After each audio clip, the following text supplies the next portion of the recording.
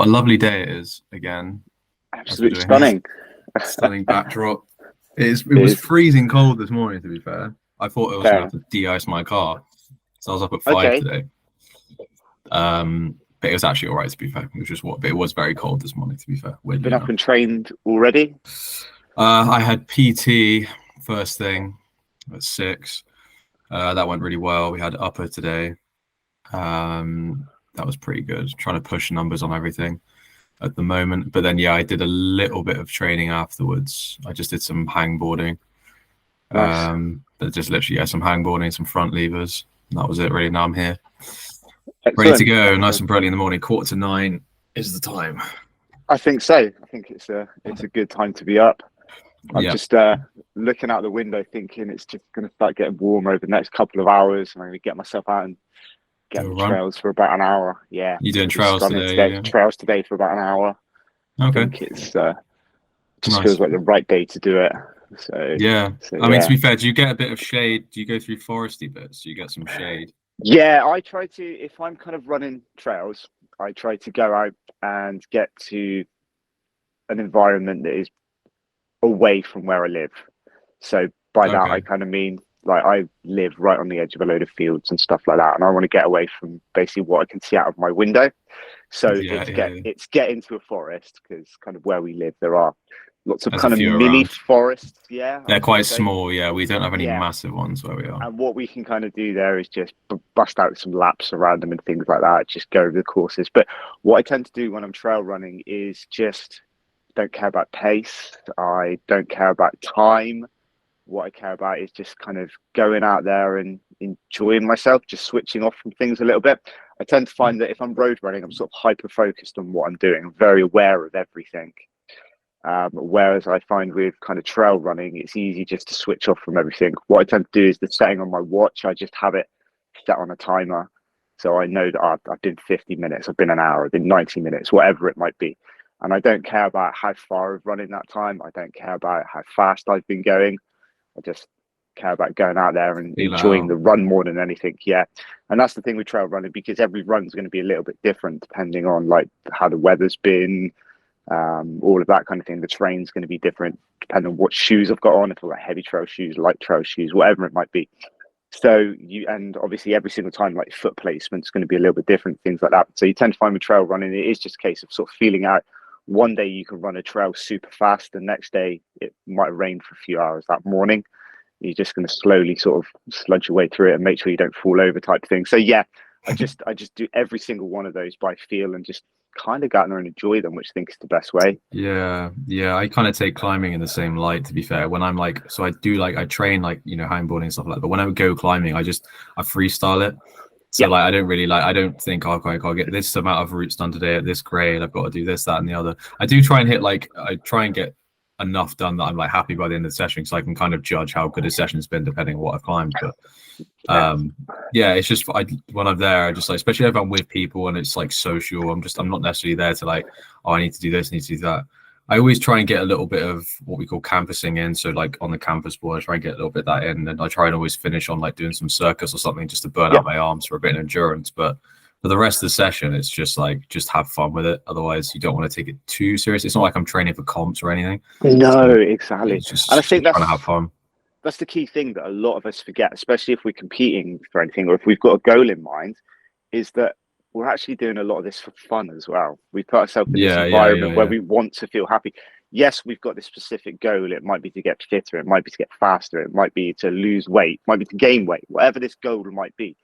But also the essence of it, it's like we're there to have fun. We're there to make ourselves happy. And we're there to take ourselves out of our real world for just an hour a day or whatever it might be. And that's what I really love about trail running, is that I can just go off and do that. I can just forget about everything. Like I said, I can forget about pace and times and just, I don't know, on a day like this, you just kind of go out and feel happy. Yeah, I enjoy it. Yeah, exactly. It doesn't always have to be, training doesn't always have to be, sometimes it's like, I like it generally when I'm in like towards the end of a meso and I'm doing a bit of a deload in the last week, I'll generally just do I'll do a workout. So I'm just testing PRs that day. So I'll just test the PR or whatever. Then the rest of the session, I might just do exercises I haven't done in like months. just for play. fun, like just play around for a bit. Like I've got so many exercises I could do. Like I just want to see how strong I am, and I'm bent over road in like 4 months just to see how strong I am with that, just to feel it out. Because there's loads of exercises I wish I could do, I just can't fit them all in. So it just gives me a chance to just sort of break it up a bit, just do something different, ready for like the next one. You know, just mix things up a bit occasionally, just for fun. Yeah, I think as well. Like it's just sometimes it's just like it's seeing the fun side of things. So great example of that is last week when the weather actually did start to change, and I was like, I sort of went out for a run, had my GoPro in my pocket. It's like, oh, I'm going to stop and video the deer. Oh, look, I'm in a field full of horses. I'm going to go over and pat the horses. I know these are kind of silly things, but they I'm trying to kind think of where you make are. Are you near the graveyard? Those horses. I'm down the bottom towards the Severn, going down that way. Oh, okay, all right. Yeah. So literally right behind me is like Oldbury and Fields. Okay. Yeah. All right. So yeah, there's just like there's just all these like little things. I don't know. They kind of make you smile because on my day-to-day journeys, I'm not gonna see a load of deer run past me. I'm not gonna see the horses and things like that. And I know they're kind of small things and they're silly things, but I don't know. I think that's what it is. It sort of brings the joy to it. And again, going back to like trail running, that is what's quite fun about it, is because you don't know what's going to happen. Yeah, the terrain's going to be different. It's like on any given day, a forest or a set of trails could look different, but also you don't know what's going to happen on that run. So, for example, like say you might run into a field of horses that last week was a field of cows. The amount of times that I've hopped over a stile, jumped into a field, started running, it's like, yeah, that's a fucking great bull. Yeah, I'm gonna turn around. Like there's these silly things like that. Yeah. But at the end of the day, like a lot of that around here. It just makes you smile.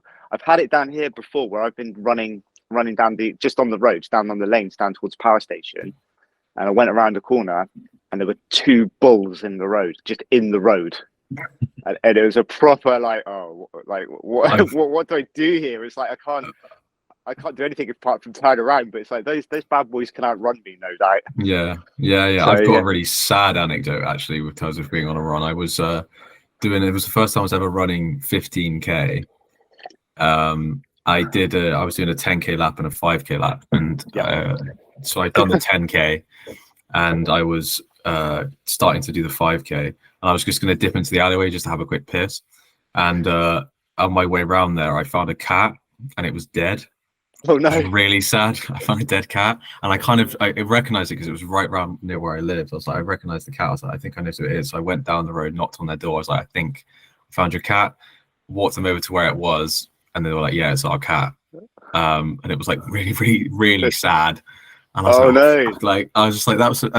I'm not gonna lie, I did then go run the 5k afterwards. Oh, 100%. I mean, I had to get it. I had to get it done, but like I just had a bit of a half an hour layover. But yeah, I was just like, shit, that's like a horrible thing to find. Or like this poor family like crying and stuff, like the kids there and stuff. Just like, oh no. Yeah, it was horrible. But yeah, still got the first 15k done though. It was just with a horrible interlude. Still did my run. Yeah, still got the run in. But I mean, like, it would have been weird if I felt, it would have been weird if I just went home and just like, it's not my cat. I know it was sad, but it's not my cat. It's sad for them. Yeah. It's sad. You've given them a little bit closure for their cat, but exactly. Yeah, exactly. But yeah, no, you do find some interesting stuff does sometimes happen when you're on runs. Not gonna lie. Yeah. There's absolutely no doubt about it. The other thing that I quite like about kind of going out and trail running is a lot of the time is I won't plan it. So what I mean by that is I won't necessarily know the route that I'm going to do. So I'll have a general idea of the direction I'm going to do, things like that, and I'll go out and like a 45-minute run could actually end up being a 90-minute run, could end up being a 2-hour run, because you just kind of get lost and you start exploring, you just start enjoying yourself a little bit more and things like that. Yeah. And then of course you just start to build up this kind of mental idea of like what trails are around, where you can go, things like that. So when you do need to start focusing down a little bit, you can then just go and bust them out. But I think that is like the key kind of thing about trail running that I really enjoy, is that you can just have fun with it. And I think with a lot of people's actual training, whether it's weights, whether it's running, climbing, whatever it might be, people have forgotten about that. They've forgotten about the fun side of things. Something I've kind of always said to people is when they're like, oh, I don't like going to the gym, or I don't like running, or I don't like doing this. It's like, there's technically an infinite amount of ways that you can move your body. It's like, find the one that makes you smile. Find the one that you're going to find longevity in. And if you wake up one day and you hate it, find something else. Don't stop. Just shift. No, that's exactly it. I think that's also kind of what draws people to stuff like the more like basic version, I guess, of trail running would be hiking. Like, Yeah, like hiking is great because like absolutely. you also have like when you get to the top, you get a view, right? It's like it's like your reward for the end of it. You're kind of out, you know, out in nature doing your thing. Like hiking is a lot. And obviously, it's like it can be strenuous. You're constantly walking uphill, whatever. 100%. But like, although I find going down harder than going up half the time anyway, because the In running, stabilizing of it's your the same. knees and stuff. Yeah, Ascending, it's this. fast ascending is horrible. Yeah, exactly. So, wait, do you mean fast descending? Descending, sorry. Descending, yeah. My mistake. So Yeah, fast yeah. descending is horrible. Fast Yes. descending. Yeah. Yeah. I remember when I did my I did a 75k walk over 2 days. And I remember on the second Nice. day, I was coming back into Thornbury. This was like the first challenge I ever did. I was coming back into Thornbury. By that time, like I had like it was like there was no like I don't know what it was, like the synovial fluid between your joints, whatever, was just Yeah, gone. So it was just like bone Okay. on bone. And I was So, walking yeah. downhill and I literally felt like my bones were just gonna pop out. Like walking uphill was fine, but walking downhill, like trying to, I just couldn't stabilize my joints. It was just Yeah. rubbing on each other. It's really horrible. Like walking uphill is like is nowhere near as bad as walking downhill or No, running. absolutely. Or same with running. So obviously, when you're going up the hill, when you're sort of ascending that hill, it's like you are leaning forward to it. It's like your weights Yeah. are often beyond your feet. You see a lot of people, especially trail runners, they'll power hike up, so they'll have like their hands on their sort of quads and things like that, and they'll be helping themselves up. When it comes to descending, there's kind of two options. You either do it really nice and controlled, and you're focused on every step and this kind of thing, or you just let go and go for it. And there's Cheese rolling. yeah, and the amount of times I've seen that happen to people as well, where they've Yeah. their arms start flailing, that's it, they're out of control, and then off they go. And it is really hard. It's really hard. It's hard to do it controlled because your feet are just at this unnatural angle where they're kind of obviously angled away from your body, whereas that isn't sort of how we walk. We normally obviously sort of feet are around that sort of 90 degrees. And they're usually sort of within that. Whereas, when you're sort of descending, it's the complete opposite. You just, I don't know, it's almost a leap of faith sometimes when you're doing it at pace. You just have to sort of shut your eyes and go for it. And it is a lot harder. It's a lot more exhausting because it's just everything about that position is unnatural on your body. That's not how we walk around, and it's not how we spend like the bulk of our life. So it's surprising because obviously most people, like you said just now, you might do this long hike, you might get to the top of the hill, and then there's just kind of I've done the hard bit. It's like, well, no, you still got to go down.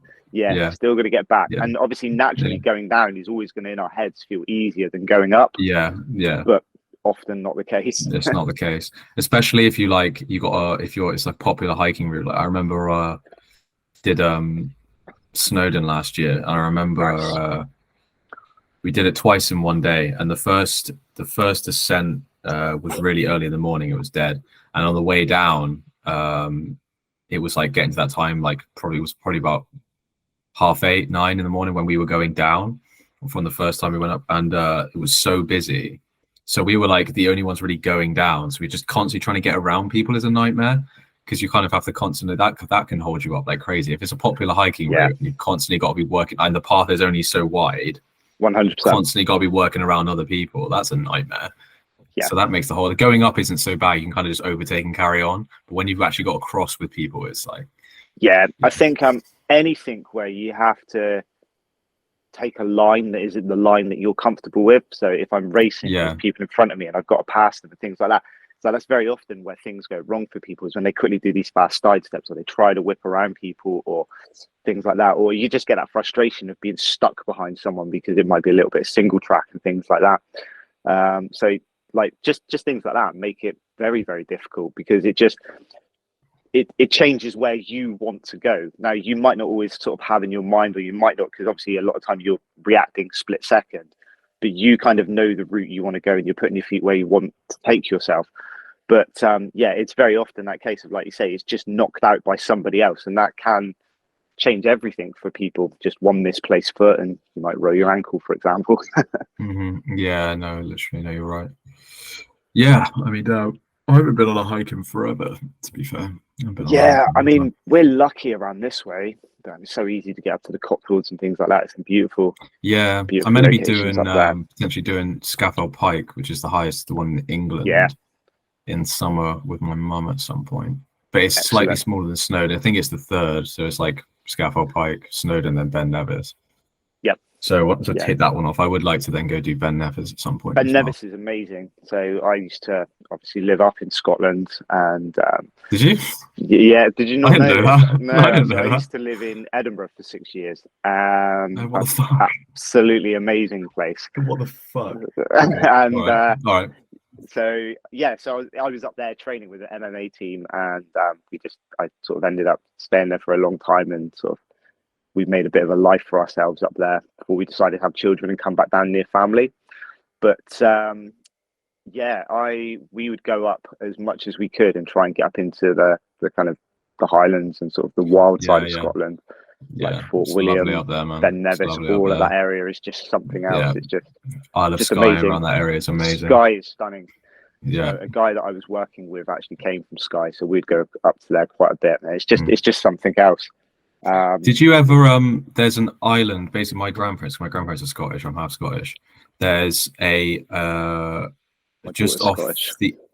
there you go, just off the Isle of Skye, there's a smaller island called Razzie with two A's. Yeah. Raasay.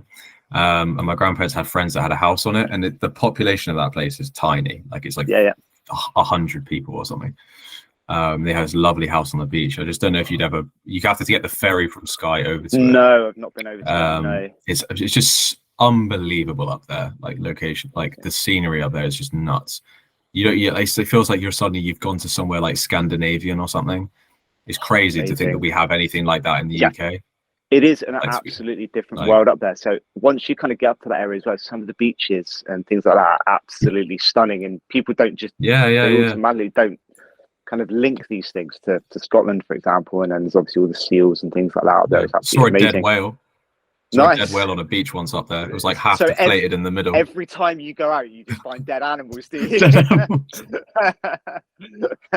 I'm just like floating through my head. I've actually seen a lot of dead animals on trips.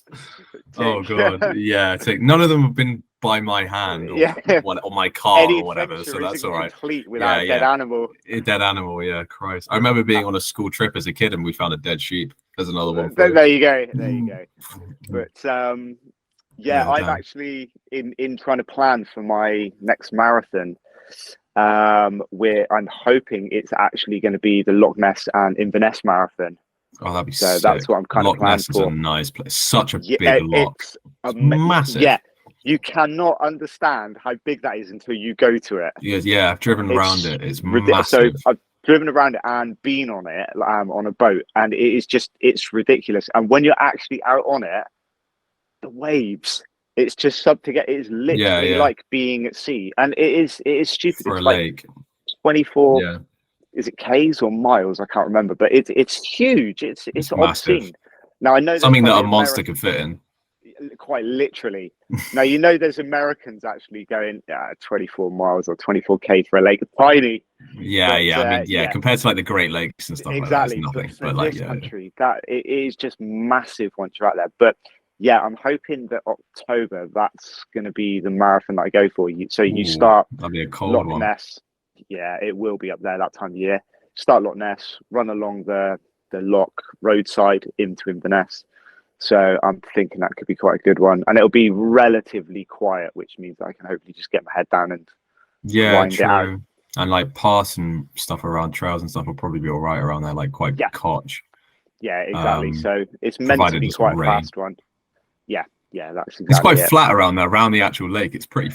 It does have hills around it. Does have like it's surrounded by hills. You've got but like the actual around it is flat. And then you've got the roadside going into Inverness, which is relatively flat, which is the marathon side, and then the other side's a bit more traily. But I think that's probably quite a good one. And I think I've only ever stopped there, but I think it's one of those ones as well where it would just be it'll just be a beautiful place to do it. You'll just feel happy doing it. I think as happy as you can feel running a marathon. So yeah, if you get a sunny day, that'll be blessed. So quite looking forward to that. I think. Yeah, cool. All right. Yeah, I'm gonna try. This is completely not even fitness related, but I'm gonna try and get to Morocco at the end of the year, sometime in Amazing, October. absolutely That, amazing. yeah, that'll be wicked. It's hard to find time these days to go and do a trip, but Yeah, yeah, if I can get, I'll be happy if I can get scaffold piking because then I'll be like, okay, I've only got Ben Nevis left now yeah. because that'll be the last one, and obviously it's not that much bigger than Snowdon. I think maybe 100, 200 meters higher. Yeah, I Maybe. don't think it's I obscene. want to I say it's think like that's the thing. 1200 ish, and like Snowdon's like a K. Yeah, So I don't think it's not bad. that sounds about right. Yeah, I think so. It's something I don't feel like I need. It's nothing I need to train for. I can No, just turn up and do it no, on the day. Like, you're. yeah, it's not a train. Yeah, it's fine. I I can think just that's turn the up and thing, crack isn't on. it? I think that's kind of a big part of what we focus on is that our day-to-day training is enough for you to just go, right, I'm going to do that trip next weekend. Let's get up there Yeah, and do it. yeah, And yeah, that's one of the key things about, I guess, kind of a lot of the mentality as to the way we train is that if tomorrow we're going to be like, right, let's go out and do this massive hike. It's going to be like you say, a K in a sense. It's like then let's do that. My fitness should just be able yeah, to get me through that. yeah, Next week I'm going to go across to the wave and go surfing. It's like my fitness just takes me to that, and I can just do it, yeah, and things like that. And I yeah, think that's a big part of the reason why people like you and I we actually do fitness. So quite often, yes, I have these goes. I have these goes of like the races I do or the events that I'm competing and things like that. But if I took those away, I don't think my training would be too much like there wouldn't be too much of a difference.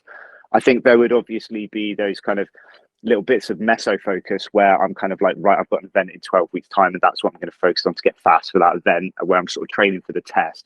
But if I take that part away from it, my training would still kind of be the same. It would be about continually maintaining and trying to develop yeah. my No, strength yeah, you're right.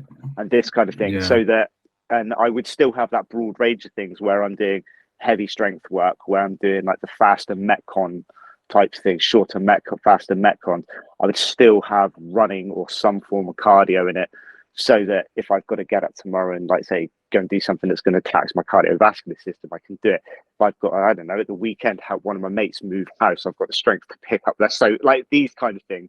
And I think that's a yeah. big No, you're right. part of why I, I train. yeah, yeah. I think you're right. That's a good point actually, because it's like just doing any kind of gym training, no matter what it is you're doing it for, you can kind of then throw yourself into any kind of Yeah, situation and you'll be fine. Like someone's like says to you like, oh, do you want to do that 5k inflatable assault course in a month? right. Yeah, sure. Yeah, Like you're in shape to do it. Like you can just crack on yes, and do it. I was like, do you want to go play five-a-side football on Saturday? Just like yes. we've got a missing with someone, our team dropped out. Do you want to just play for an hour or so? Yeah, sound, let's do it. Like you Just can cross kind of apply just you can yourself. throw, Yeah, yeah. Or do you want to go to Ninja Warrior like or something like that? Do you know what I mean? Like you can just go do that stuff because you're yeah. just in that So kind of yeah. You may not be like amazing at it, but like you'll be. This is why I always say to anyone who comes climbing with me because everyone's always like, oh, I'm going to be so shit at it. I'm like, if you have any kind of base level of fitness, you'll be fine. Like yeah, honestly, like people always surprise themselves every time I go. Like I brought like 5, 6, 7, 8 people climbing, and every single time they exceed what they thought they were going to do.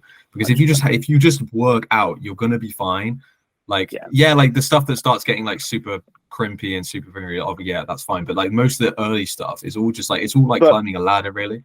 a lot of the stuff there that's going to be difficult is going to be, and I might be completely wrong here, but I'm guessing it might be down to the fact to the technical aspect of it, the Yeah, yeah, that's a basic big technical fitness aspect. Yeah, yeah, the basic yeah, you fitness get, yeah, aspect yeah, of it.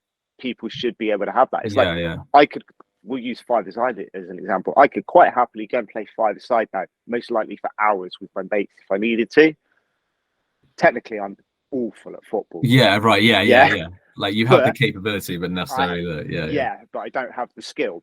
So, yeah, exactly, yeah, and yeah, I think that's a really important thing. Like we could use Ninja Warrior as a great example. Like now, I do a lot of that kind of stuff, and I'm very comfortable in those environments.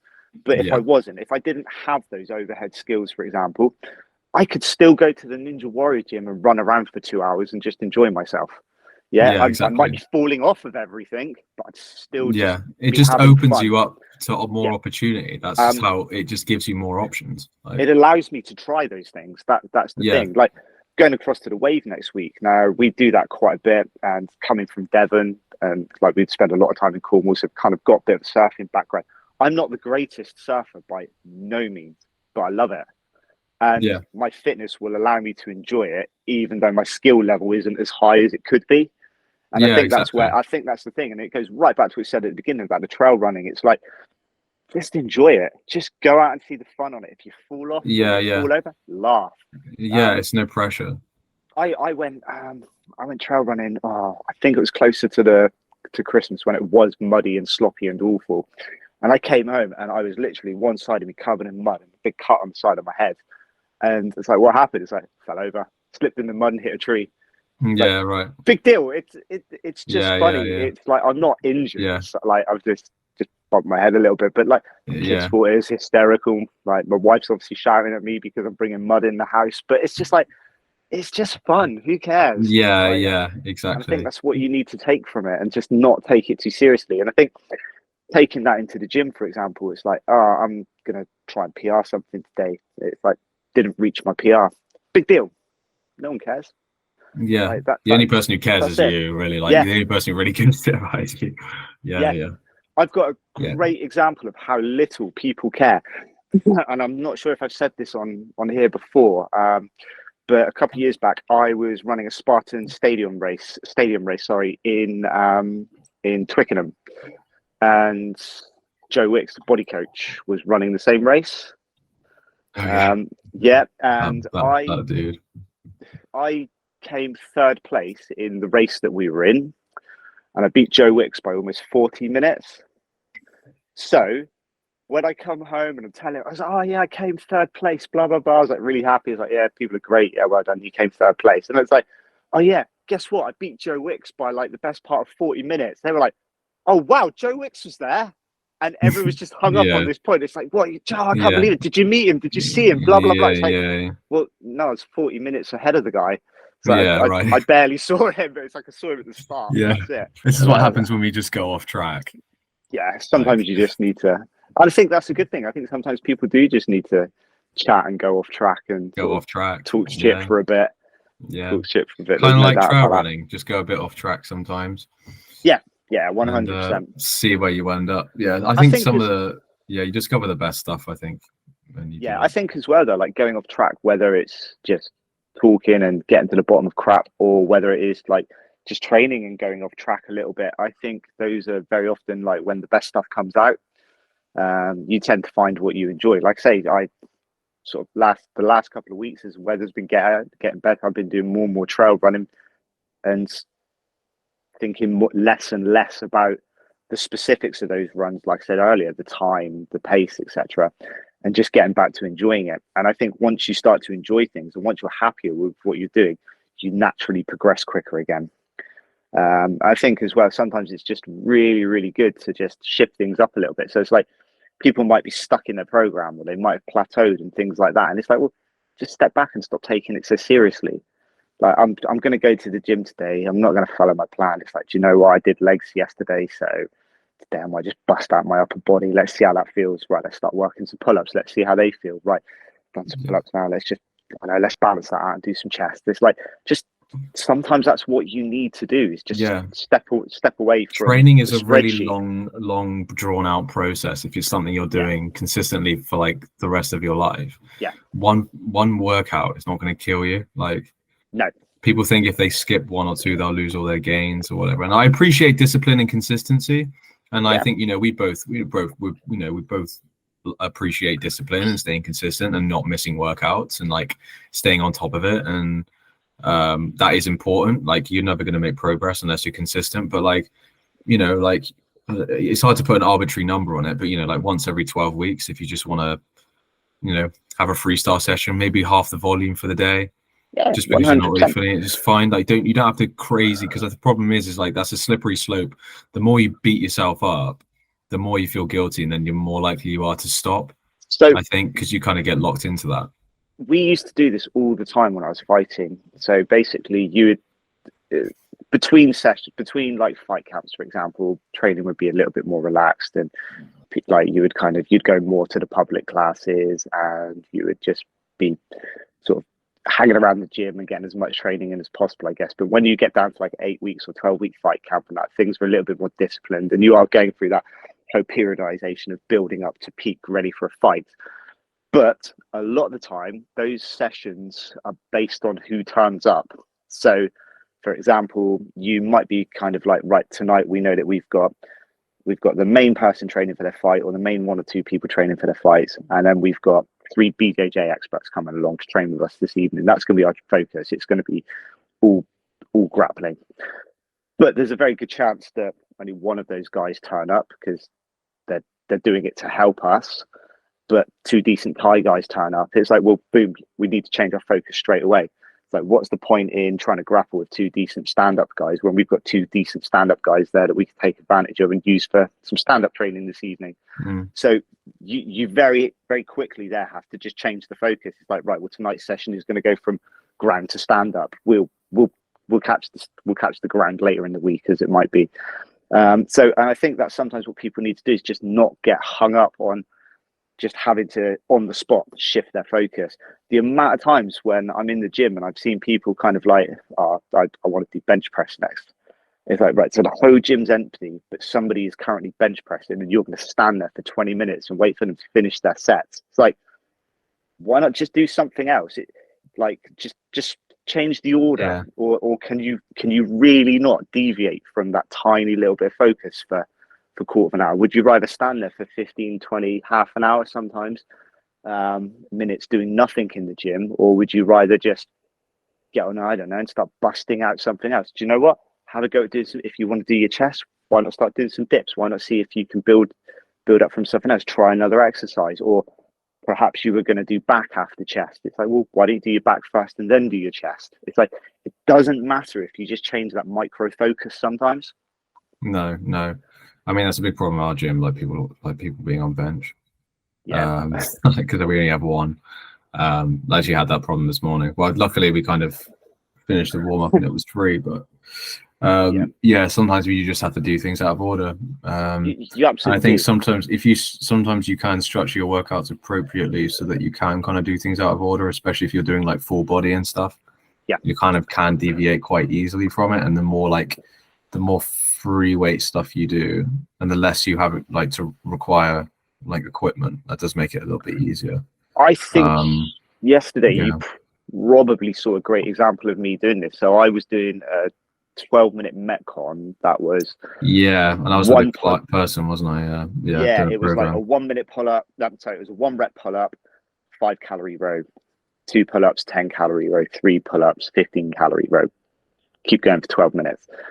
Bust out as quickly as I could. So I started off using the pull-up bar, and then partway through that, somebody else from the gym started using the adjustable bar to start stretching. Yeah. And it's like, well, I'm not just going to break off from my Metcon. I'm just going to find the first thing that I can. I was actually watching to see what you were going to do. I was curious. I was paying attention because obviously that, and then another guy was in the squat rack to the side of it, so you couldn't use that bar either. So I was curious to see what you were going to do. Literally grabbed the frame and started pulling up. Yeah, the frame. Yeah. And to be fair, like obviously I'm still getting. I hate pulling up on that. I think it's suddenly horrible. You're not grabbing the bar. It's just flat. It's just you're literally a gripping like that, because my hands aren't big, so I can't even wrap them over the top. It's quite wide, to be fair. It's quite wide. It is. It's very the top wide. of the frame. And but it's like I can either stop my Metcon, feel sorry for myself, or just ever so slightly adjust it. Literally just grab the first thing that I could. Still going to get the same sort of stimulus out of it, because I was just trying to bust out the reps. That's the whole point of that Metcon, is getting those reps done. Perhaps if I was actually doing pull-ups and they were weighted and I was trying to actually go through a working set, then I would have probably wanted the bar and I would have wanted to carry on. But then I guess at that point it would have been more obvious that I was using that station. Yeah. But I think that's the thing. You just have to do it. And I think that probably comes with experience, where I can actually just make an adjustment on the fly like that. It's like, I don't know. If I can't get on bench, I'll just switch to chest press. That's generally what I'll do. If it's like, exactly. I may wait a few minutes and be like, okay, like, or if they've got one more set, I'll just wait. But otherwise, I'm just like, fuck it, I'll just go on the chest press. I generally, the day that I do bench press, I'll do bodyweight dips as well, bar dips. And usually what I'll do is I will do bench and then I'll use dips to kind of just as a finisher, just to kind of really bust out my chest, go deep and really hurt it. But if I went over to the bench on that day and someone's already on the bench, it's like I'm going to jump over on the dip bar and I'm just going to pre-exhaust it. And then I'm just going to think about how that now makes my bench press harder. I'll just use them with each other. So the stimulus for one is that it's a finisher and it's meant to really burn out my chest. But actually, do you know what I'm going to do now? I'm just going to use it to pre-exhaust my chest and just do it the other way around and get a slightly different stimulus. But ultimately, at the end of the day, I've managed to get both workouts in and I've still got a decent chest session in there by doing both deep dips and bench press. It just changes it slightly. I just know that if I'm going to do bench press after dips, that my weight, for example, is going to struggle, or when I start to get to the higher reps, it's just going to start to kick in a little bit sooner. But I know why. I know why that's happened. It's because I've pre-exhausted it doing my deep dips. It doesn't mean like the next time you bench, all your bench press strength is gone. No. Like it doesn't work like that. No, doesn't 100%. mean like your one session doesn't go the way exactly how you wanted it to, and suddenly you've lost all the strength in your body. Like that's just not how it works. So like that's one thing as well that I kind of see this all the time, where people are like, do this workout, have a faster 5K, do this workout, be stronger in the bench press. It's like, well, all of those things, a faster 5K, getting stronger in the bench press doesn't come from one workout. It comes from consistent workouts over a long period of time with periodization. And I think like, yes, there are these fun workouts you can do, and especially when it comes to running, there's all these kind of like sexy interval runs that you can do in this kind of thing, and it just makes it a little bit more interesting. But at the end of the day, consistently running over the distance that you want to run, consistently lifting over the movement and the weight that you want to lift, that is what is going to get you to your PRs and is going to get you to your goals. It's not that single one workout. So if you were to do it, let's say in a month, people do one bench or one chest session a week, 4 chest sessions or 5 chest sessions a month, depending on the month. One of those sessions being out of order isn't just going to undo all of the other 3 or 4 sessions. It's just going to be contributing towards them over time. And I think that's what people miss sometimes. They just think that like there's this one exercise that fixes all, there's this one session that fixes all, and that really isn't the case. It just comes down to consistency. I'm relatively strong for my size. That's not just because of one exercise and one session. It's because over time I've done those things thousands and thousands of times, most likely. I've got a really, really good deadlift for my size, and that's because, one, I love deadlifting. It's such a great movement, and I just enjoy it. I love picking up something heavy and putting it down. It's as basic as that, but I've also got really, really good at it because I've done it so many times. Yeah, no, same with me in pull-ups, really. Just like I've just been doing it for so goddamn long now, like, and doing them weighted. It's just, you always got to think like, I remember when I couldn't even do like, I like a muscle up is another good example. Like I got, I did 7 like really clean the other day at the climbing gym because we were just sort of pissing around, like super clean, no kip or whatever. And I was just like, shit. I remember when I couldn't even do 1 like with kip, and that was a few years ago or whatever. And you think, shit, like I have gotten stronger. I've gotten a lot stronger. Like Jesus Christ. So it's like that is like the best feeling when you think, fuck, like when you look back at when like something felt impossible and suddenly it's now like, oh shit, that 100 kg deadlift felt impossible once, and now now it's one of my warm-up sets and I'm repping it. Yeah, exactly. Like shit, like I have actually made mad progress doing this. Yeah. I think no matter how much time you spend in the gym, if you're doing it right, you will make that progress. It's obviously going to be different for different people. Like that's just the way it goes. But yeah, so many people are just, they're going to go to the gym, they're going to do something, and they are always going to get better. It's as simple as that. If you rode 5K, just 5K just rode and just did 5K every single time you went to the gym, there is no doubt that your 5K row is going to get better. That's just how it goes. Like, you're doing the same thing over and over and over again. And that's how it works with everything. The more you do it, the better you get at it, the better your body adapts to it, the stronger you get, for example. Yeah, rep your reps, man.